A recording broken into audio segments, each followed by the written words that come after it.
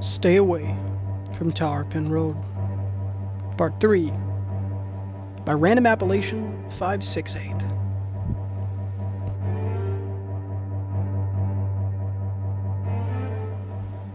I've been dreading this moment. Everything up to this point has been a play-by-play of the worst moments of my existence. And I know I'm not ready to recount this part. But what other choice do I have? This needs to end. And it can't until the entire tale is told. In the chaotic darkness, a shotgun racked, and the 12-gauge sang into the night with defiance. The big one howled and jerked its arm back through the opening, a sudden movement enough to send the section of stairwell behind us crumbling down. The chasm yawned, more of the steps collapsed, and I heard the collective shriek of the puppet horde as they were buried under the falling rubble. "Now's our chance." Mark pushed me up the remaining stairs. "Go get to the..." Crash.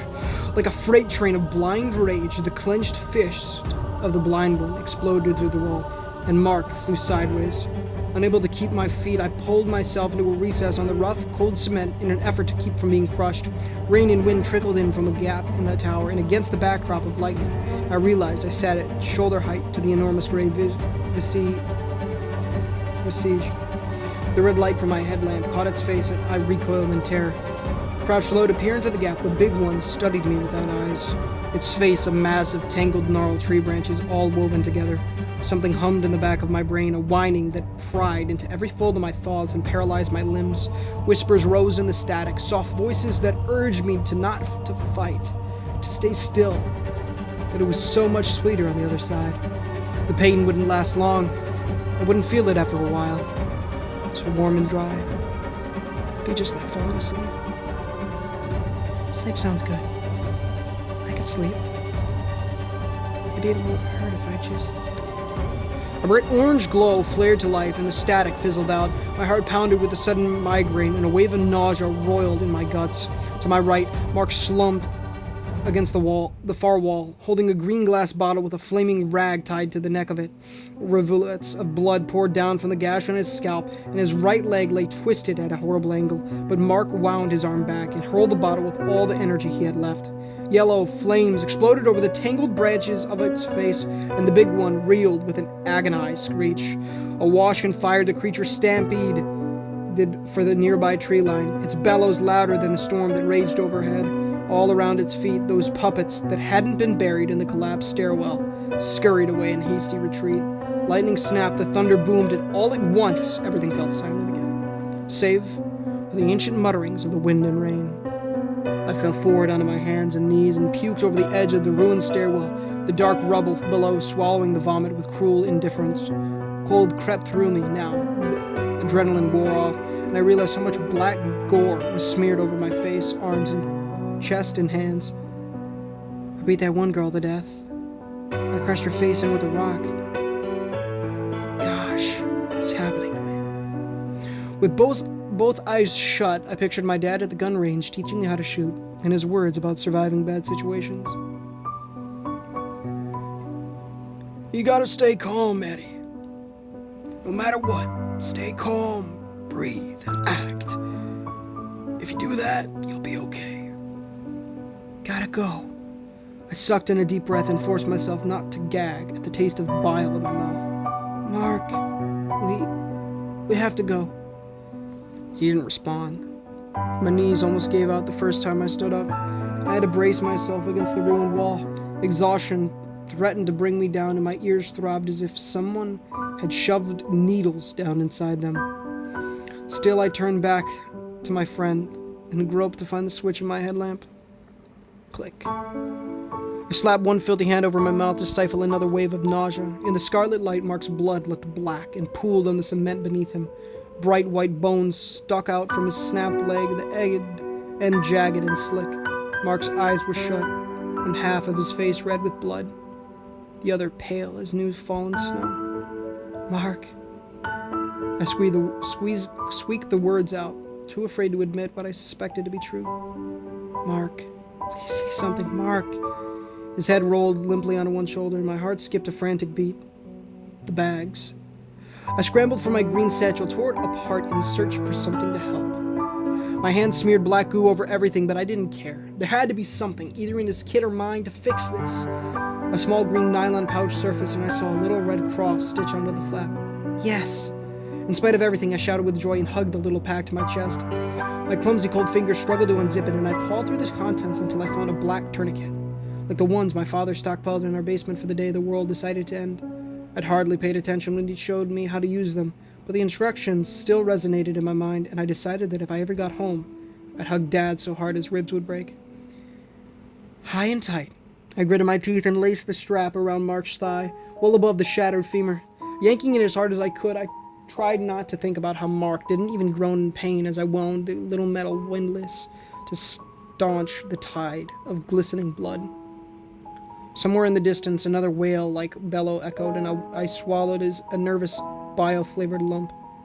We can make it, I talked to him, more to keep from crying than anything else, and slid my shoulder under Mark's armpit. Come on, get up, up, up, up, come on. But no matter how much I strained, I couldn't lift him. My leg muscles shot from the terrified run through the fields. Mark's 170-pound frame like a fallen log. I clawed the gray rucksack off his back, along with the red duffel bag, and tossed aside the green shoulder bag he'd given me. I strained, screamed in desperation, but fell to my knees, spent. A glimpse at his still face sent an icy chill down my spine, and I put 2 fingers to Mark's throat. Stupid idiot. You should have checked sooner. Panicked, I rolled Mark onto his back on the cold concrete and pressed my hands to his sternum, my brain a fog of fear. Mark, you have to wake up. Come on, wake up. Wake up. I pumped at his chest, put my ear to his mouth and listened. Nothing. You can't do that, I spat, angry and scared, tears brimming in my eyes. You can't leave me. You can't. Again and again, I leaned on his diaphragm, and this time, I lifted Mark's chin to put my mouth to his. Every bit of guilt and shame rushed back to choke me at the sensation of his soft lips on mine, but I had to fight through it to breathe air into his lungs. My arms began to cramp, seconds passed, and my despair grew. Mark wasn't moving.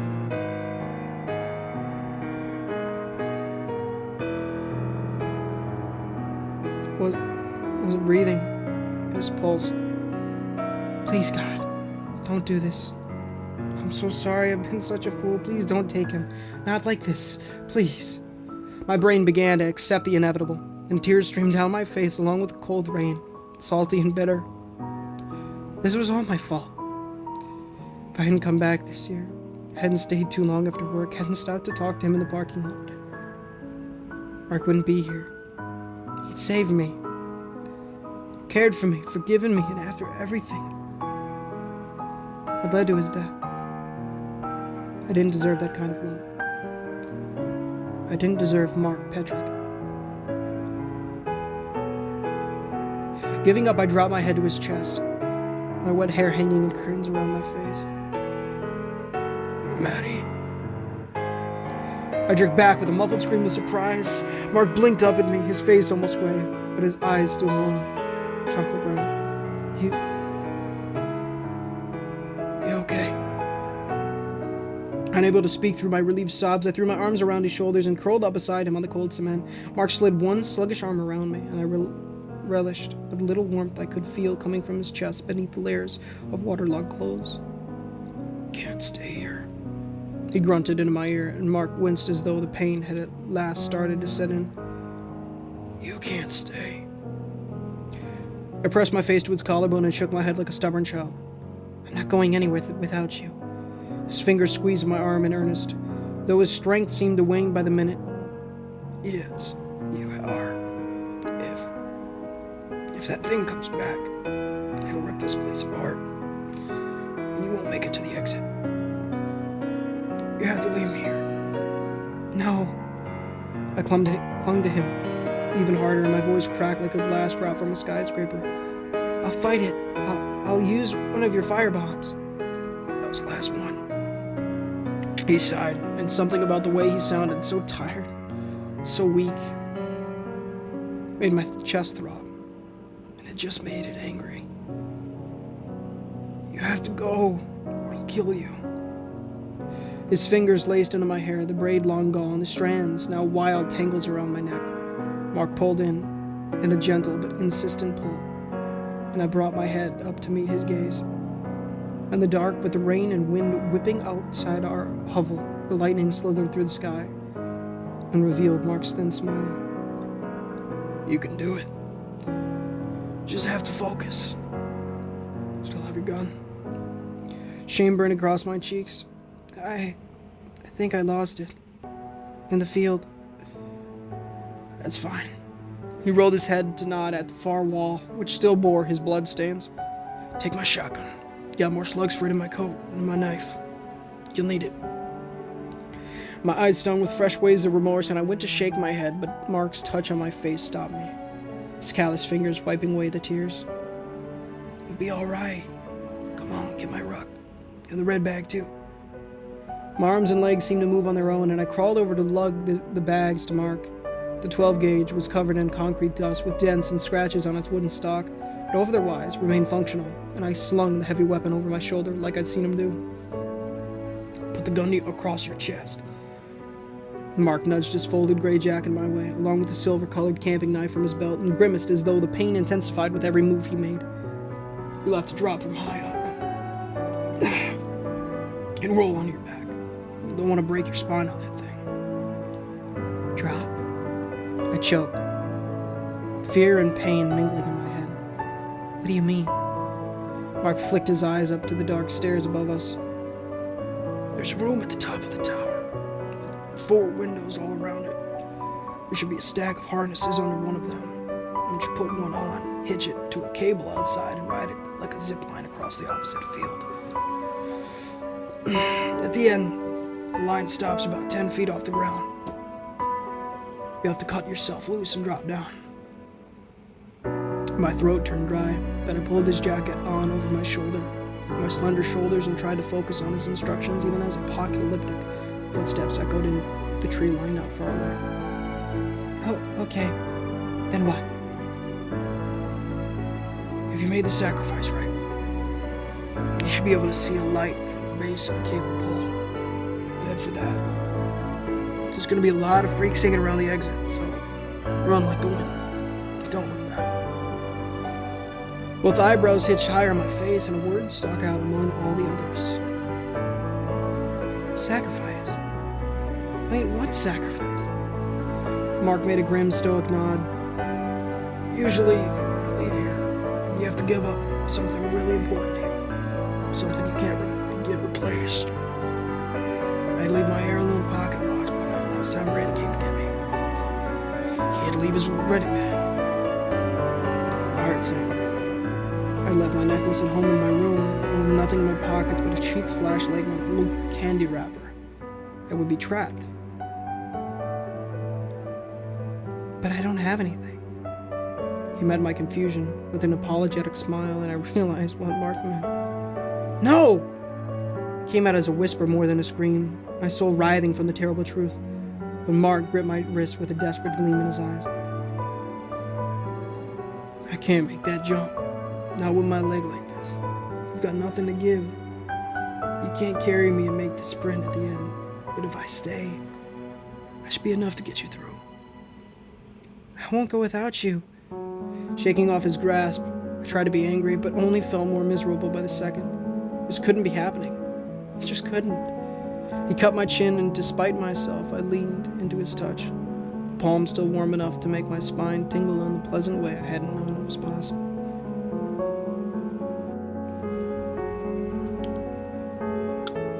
And I won't let you die here. Mark ran his thumb over my cheek in a tenderness that made a guilty fire blaze inside my heart. Now hurry up. We don't have much time. Trying to hold myself together, I sorted through the dirty, torn bags, all the while fighting the fog of hypothermia that crept into my brain. Gotta stay awake. I can't pass out, not now. Mark drew a shuddery breath and cringed at his mutilated leg. At the top slab, there's a road flare. I need it. I found it. A brown cardboard wrapped tube with a red cap on one end. Too numb to be confused, I handed him the flare and heard plastic clatter to the concrete floor. Instantly, we both knew exactly what it was. Mark nodded at the little plastic hairbrush, his eyes softening. Would you? Sure. Placed it in Mark's cold grasp, and my heart ached at how he clutched the brush to his chest with tender affliction. He's losing her. No more Claire, no more kids, no more f***ing farmhouse in the woods. He's losing everything. All because of me. Mark shut his eyes, stifled, and held the brush out to me. Take this when you go. Another wave of nausea slammed into me, and I whipped my head back and forth. No, I can't. Maddie, please. His voice broke, halfway between begging and groaning in agony from his wounds. I don't want it stuck here, too. Take it to Claire and tell her that I held on to Mark like he was an anchor, keeping me from going adrift in the storm. I know. Tell her. I promise. He pushed the brush into my left hand, his own still welded to my right, and a volcano rose inside my brain. I wasn't just looking at Mark Petrick, a goofy friend from work who liked my cupcakes and my terrible karaoke. The man lying beside me meant more to me than all of that, and it hit me now just what I was losing. I'm sorry. It exploded from me at last, a cascade of emotion, all tangled into one giant mess. The tears hot on my face, every breath short and excruciating. I didn't know what else to say. Couldn't put my feelings into words now when it mattered most, but I knew then that I cared for him more than ever before. I was sorry that I'd let this happen. Sorry I had not stayed in my car. Sorry I'd brushed him off in the parking lot. I was so very sorry that all those months ago, I turned away my one chance to be more than Mark Petrick's friend from Carnivore Cove. Don't. His fingers tightened on mine, and Mark let slide a sympathetic grin that held flickers of something deeper, remnants of feelings that drove nails into my heart. You have nothing to be sorry for. You're here, and that's all that matters. Now, help me up. Watching my arms move almost independent of myself, I propped him against the wall, hating every second of it. Mark pulled the red duffel bag close and unzipped it to reveal a metal pressure cooker coated with nails and tape, a bundle of wires that led to some big square batteries and a repurposed digital stopwatch. Outside, the footsteps thundered closer, and the screeches returned, the horde of puppets, ready to finish the job. I wish I had more time. One more minute. One more day. Just one. Even if it meant him with Claire, I'd be okay with that. I shouldered the green bag, and turned from the steps to look back at Mark. He struck the end of the flare to ignite it. The stairwell bathed in its blood-red light, and he threw me a warm, handsome smile for the last time. You still wanted a million, Maddie. Doing my best to grin through my waterfall of tears, I felt my heart tear in half inside of me. Goodbye, Mark. With that, I smothered a mournful sob and sped up the stairs. Shadows closed in around me in accusatory sheets, and the tears smeared with Mark's red blood on my cheek to form a bitter avalanche of regret. Everything seemed to move in slow motion now that seconds counted, and I wanted nothing more than to wake up in my own bed and discover that this entire nightmare was over. A colossal baleen roar rumbled through the earth, even as I charged through a small metal door at the top of the stairs and skidded to a halt in surprise. Unlike everywhere else in this escaped road, a small square room was dry, its windows mysteriously intact, and all around the mundane cement walls lay heaps of random items. Pictures, rings, a golden pocket watch that I suspected was Mark's, and various other trinkets sat in reverent heaps like treasures in the tomb of some ancient civilization. A hollow sensation tore through me at the thought that my sacrifice lay only 17 steps down from here, with gentle hands, a kind smile, and chocolate brown eyes that melted me every time. Focus. The cable. Find the cable. To one side, a pile of dusty, multicolored harnesses caught my eye, like the kind we had for the zipline attractions at New Wilderness. It had been a while since I'd been on a zipline, but I didn't have much of a choice. I picked one, yellow, Mark's favorite color, and stepped into it. Rabid cries floated up from the ground outside, and a shadowy figure strode into view, fixated on the red glow of Mark's flare. Shoving open the window above the stack of harnesses, I braced my hands against the dry, rotted frame and leaned out into the icy wind. There. Above me, a braided steel cable ran from a heavy mounting and stretched out into the gloom, far across the soggy grass fields that surrounded the old coal building. A small flicker of hope kindled inside me, the prospect of this ordeal ending like sweet intoxication to my mind. "Maddie, go!" Mark's cry split the night, and I glanced down to find the big one right underneath me, peering into the gap it had made in the stairwell during the previous attack. It slid one massive hand into the breach, and I fumbled to click the rustic carabiner onto the cable. Click. The second it latched on, I threw myself out the window, and the metal cable whined at my rapid descent. I spun on the end of the nylon strap and twisted my neck to look back toward the tower. Boom! An explosion ripped through the night. Pillars of flame gushed from the hole in the tower, and the big one let out a long, loud roar of agony. For one split second, I could see everything silhouetted in the darkness, the puppets piling on top of each other in an attempt to climb the outer walls, the big one stumbling backward with its head and arms wreathed in orange flame, and the lonely tower where my best friend had been, coated in thick black smoke. It shrank into the distance until darkness swallowed the terrible scene, and I shut my eyes to let loose a wail of unbearable grief. Deep, rending pain brought scream after scream from me, loud sobs and cries I never would have emitted around anyone. Wordless sorrow that made me want to die for the emptiness it left in my center. Gone. Mark was gone. A sudden lurch broke me from my weeping, and I looked up to find myself suspended in space, a large frayed knot in the cable having stopped me right before a tall, rusty steel pole. The ground lay not far under me, coated in rain-soaked brush and chest-high grass. Was this the exit Mark had spoken of? Or once again had I been foiled, tricked by this awful place into yet another heckish maze? Sniffling, I spun on the end of my harness like a spider on its web and peered into the rainy abyss.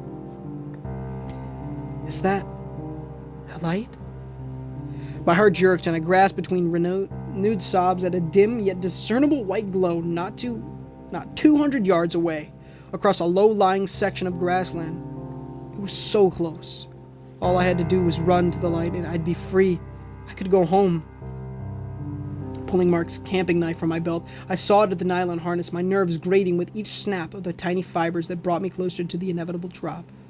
Almost there. Almost. Like an invisible hand had released me. I plummeted downward, my heels slamming into the spongy muck of the wet earth. My butt hit the ground next, and I almost rolled over in a complete somersault, both legs flying up into the air. The arches of both feet stung, and the wind had been knocked out of me. But I was alive. Somewhere off to my right, an eerie shriek cracked into the night air, and my blood ran cold. Oh, come on. I muttered under my breath, exasperated and desperate. I'd come so far, lost so much, and now my way was right there. Yet still I would be hunted like a rabbit to the very end. No, not like a rabbit. I'm not dying like that. My hands found Mark's shotgun, and I thumbed the safety off. Through the clearing, the rain fell. The wind hissed, and everything waited for me to make my move. This is for you, Mark. I darted through the grass, my legs sore. My sore legs moved underneath me with renewed energy, and the field erupted into chaos. From the mud, twisted and descended limbs dragged macabre figures into the light of my headlamp. Not quite puppets, but certainly not humans. Not human. They were broken and torn, rotten and decayed, but worst of all, they were all the same. Maddie. They called in a sing-song mockery of his soft voice, the dozens of half-rotted marks staggering after me, their arms outstretched, each one bore his face, his mousy hair, his strong arms, even his brown eyes, but without the warmth, the life, the love. They materialized in waves from the grass, the trees, and the muck, in various stages of decay, repeating any words of the darkness had I heard him say, in a cruel mantra. Maddie, run. Maddie, please. Maddie, stop. Fear sliced through me, but it paled in comparison to the grief that came with Mark's words being replayed from their vile throats. My eyes blurred with tears at how real they looked. The clotted blood made my heart ache, the horrid wounds like razor blades to my soul, and step by step, sadness overwhelmed my terror. Mark was dead, yet his death now chased me through the tall grass with Cheshire grins and haunting calls, tormenting me for my mistake. A figure popped up right in my path, his back to me, and the Mark apparition snapped his head over backwards so that his chin faced the sky. With the awful crunching of shattered neck bones, he gave me a wide, inverted smile. Strawberry upside down. He lunged at me with his decayed arms bent at unnatural angles, and a throaty laugh frothed out of his fluid-filled lungs. Stop it! The shotgun bucked against my shoulder, and the apparition's head disappeared, black glue misting into the air where it had been.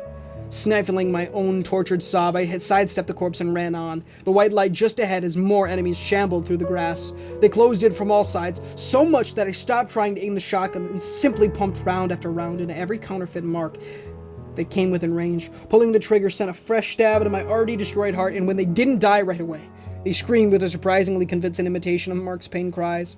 I had to force myself to shoot, to murder him over and over again, and my raw emotions continued to bleed rivers the entire way. Mottled dead hands snaggled at my green shoulder bag, and I slipped it off without a glance backwards. My scrabbling fingers couldn't find any more shells in the pockets of Mark's jacket, so I wielded this 12-gauge shotgun like a club, until another apparition caught it by the sling and yanked it away. There were so many of them. The grass so tall, the hands reaching from everywhere, and the light seemed so far away. Clammy fingers grabbed a fistful of my loose hair, and I drew the last weapon I had.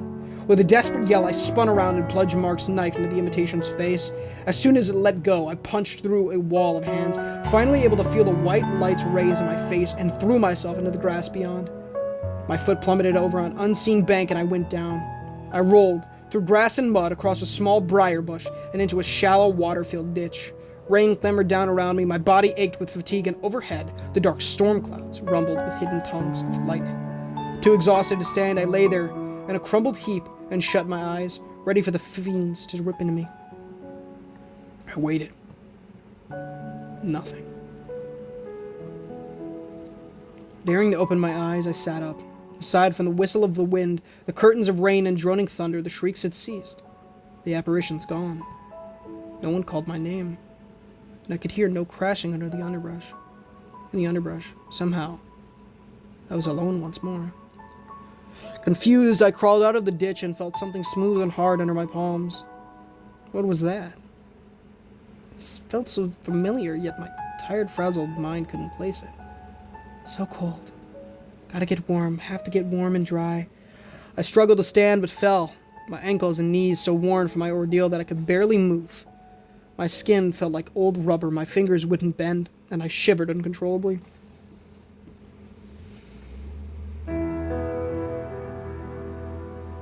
The air began to glow, a loud metallic screeching split the air, and two bright blue orbs stopped not 5 yards away. Whatever new thing was coming for me would have an easy meal, and I struggled back toward the ditch as the lights flooded over me.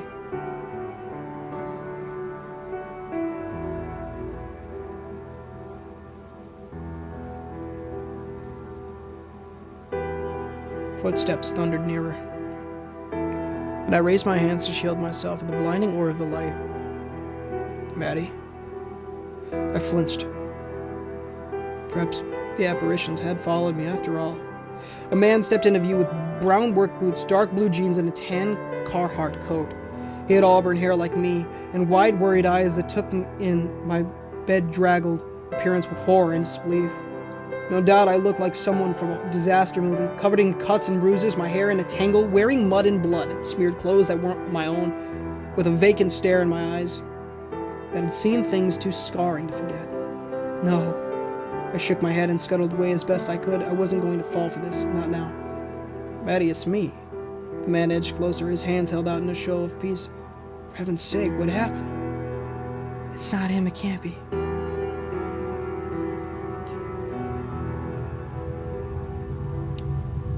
You're not real.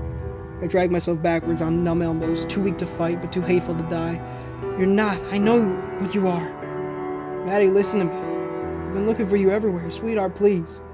He stepped closer and I palmed around for a rock, a stick, anything to use as a weapon. I just need to get one good swing at his head.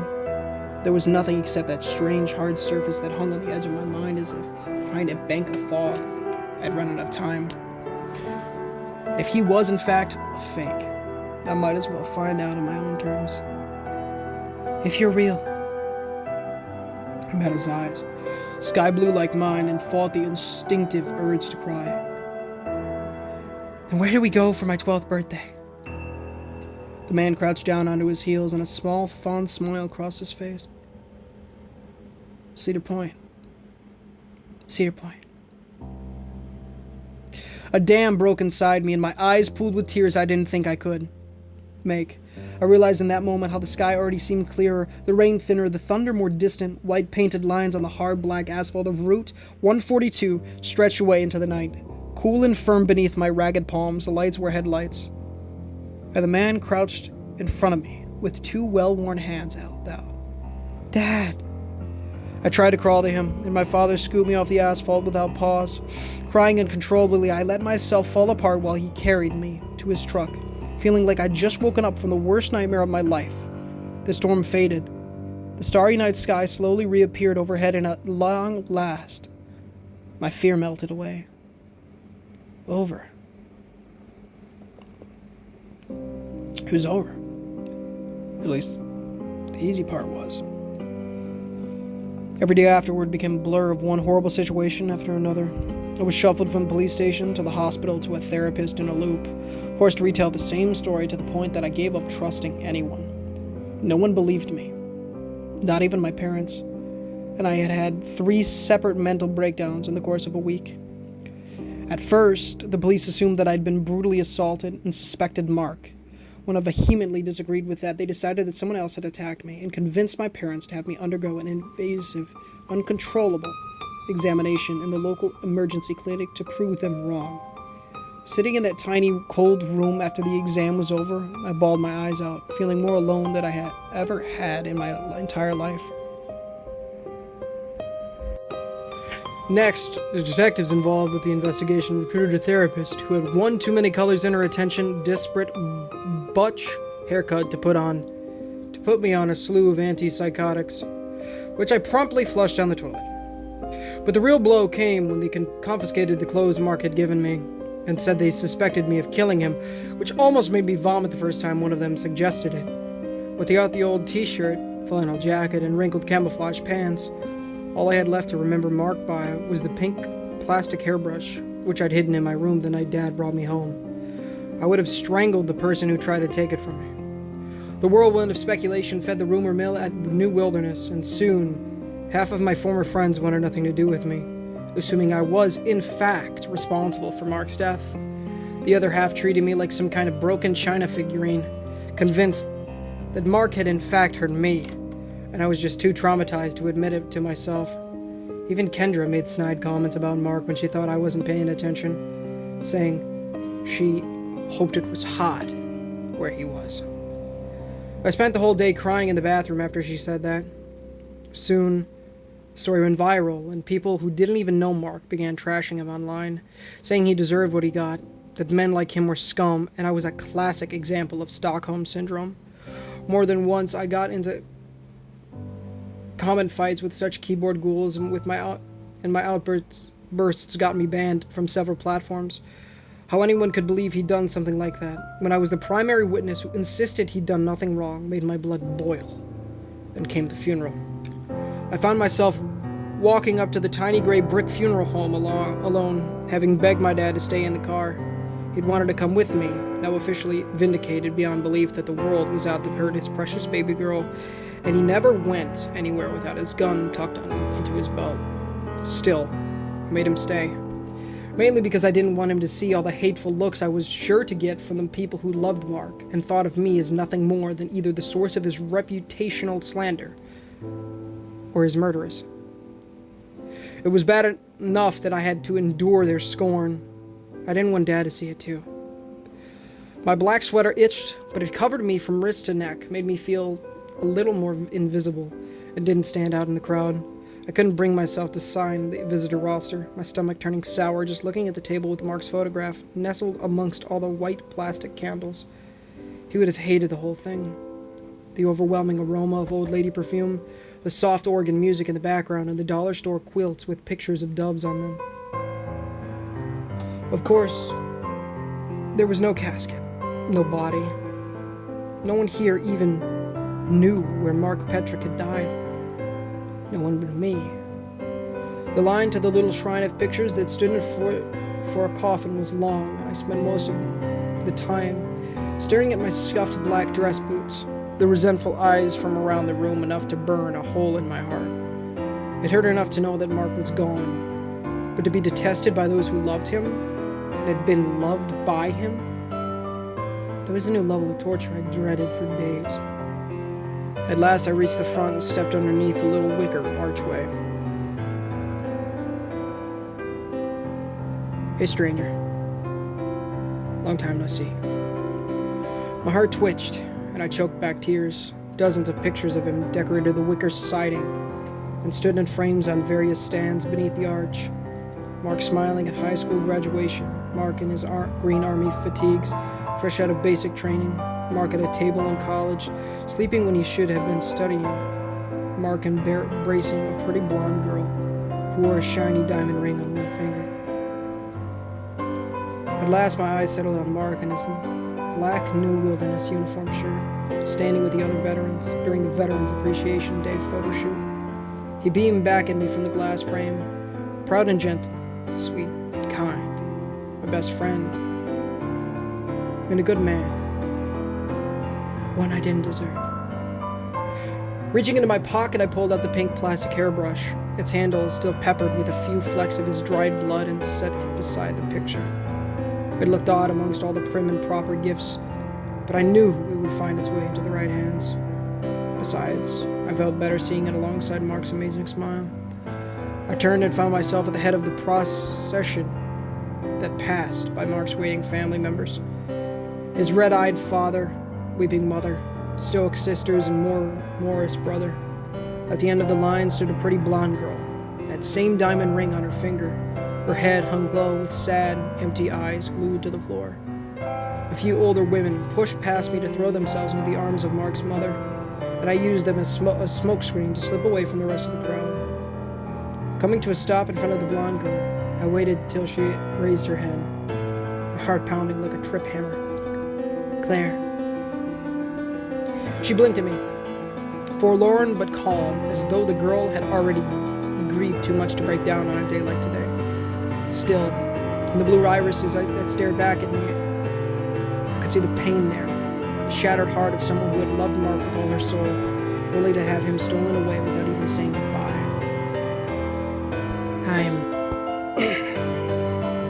I coughed, unsure of how to proceed. I'm Madison. Oh. Claire looked back down at her hands and picked nervously at her thumbnail. Get it over with, so she can have some comfort in hating you. I shut my eyes, pictured Mark's warm grin, and drew a deep breath. I was the girl who... I know who you are.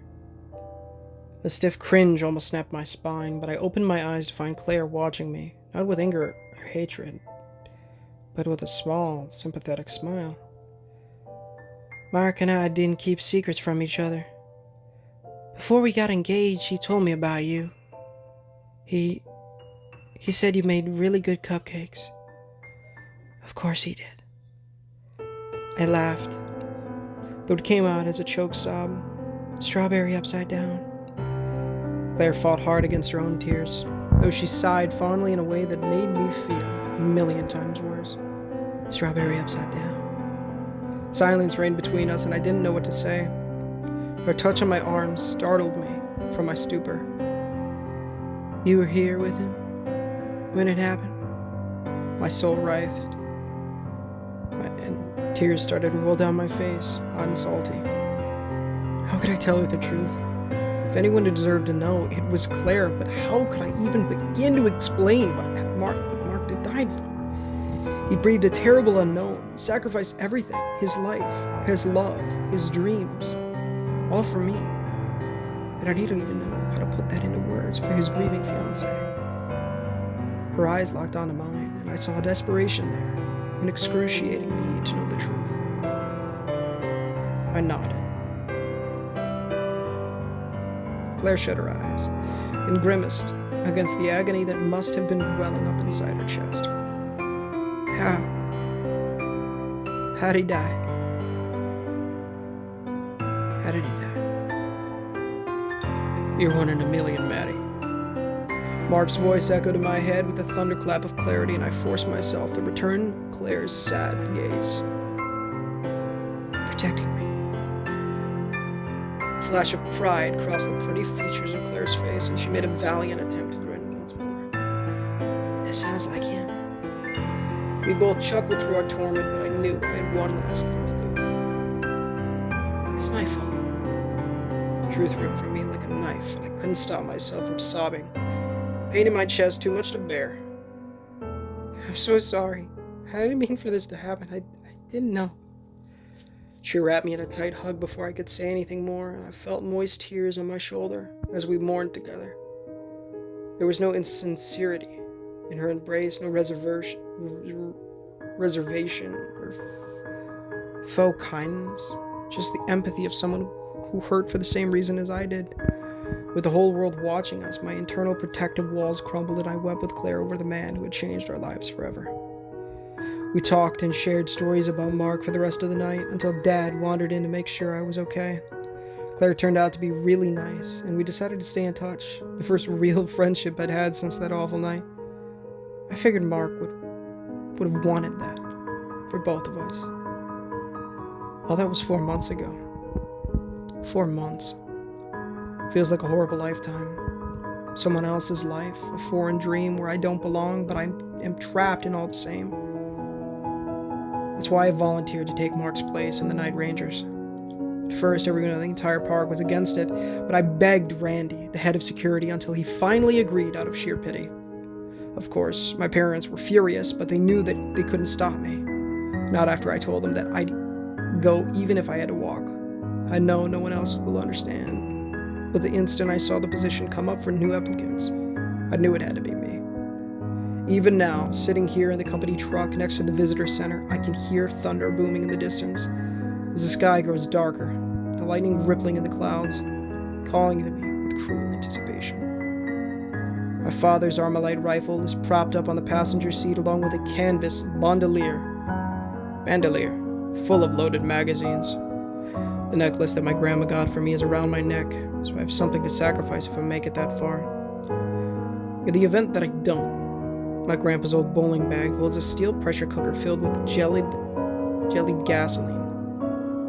The outside covered with taped-on framing nails and several batteries wired to a digital baking timer. I suppose the FBI will freak if they ever find this post. But they don't have to worry. I'm not after them. If you're reading this, Dad, Mom, I love you.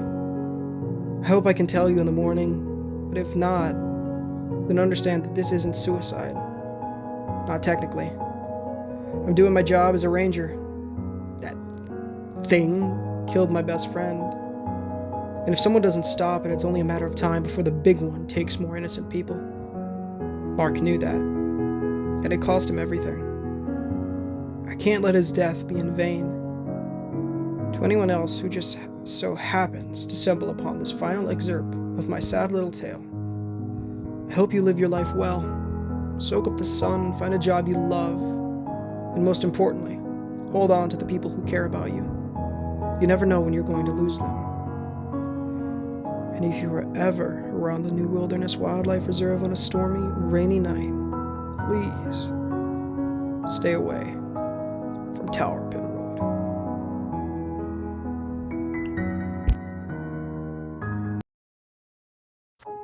Hey guys, and thank you so much for enjoying today's story. If you did enjoy, please feel free to leave a like, as it does help get the gospel into people's feeds, as well as subscribe, because we're trying to hit 1,000 subs by the end of the year. Of course, repent of your sins and trust in the good Lord Jesus Christ with all your heart, mind, soul, and strength. Read the Holy Bible daily, pray daily, and evangelize people. Make sure to go in the description, one of that pinned comment to read the $1 million question to know how to become born again. Please join the Discord as I'd love to talk to you guys over there, as well as maybe having a stream if you see one going on. I'm actually most likely going to stream today, because the Halloween event for DBD is live. And I'm praying that we finally have them on discounts, because I really want to buy Blight, Legion, and I think I have enough for 3 killers? Probably Blight, Legion, and Dredge, maybe? I don't know, I might swap Blight in for Singularity, but tune in to find out, I suppose. If they're even on discount, that is. Of course, guys, thank you so much for the support. It has been an absolute blessing, and I'm so grateful to the Lord that you guys are here. But also, check out Random Appellation on Reddit, y'all. He's so good at writing. It's great stuff. Tomorrow's story is also going to be another one by him. It's going to be a standalone, but I think you'll enjoy it. I'm going to record that just now. And then we'll start a new series, which I've got to find out what that's going to be. Probably one from him, but maybe not. We'll see. But until next time, guys. We're going to do all this stuff, by the way, just so you know, because it's fantastic. But until next time, guys. This is Ninja Gamer, signing off.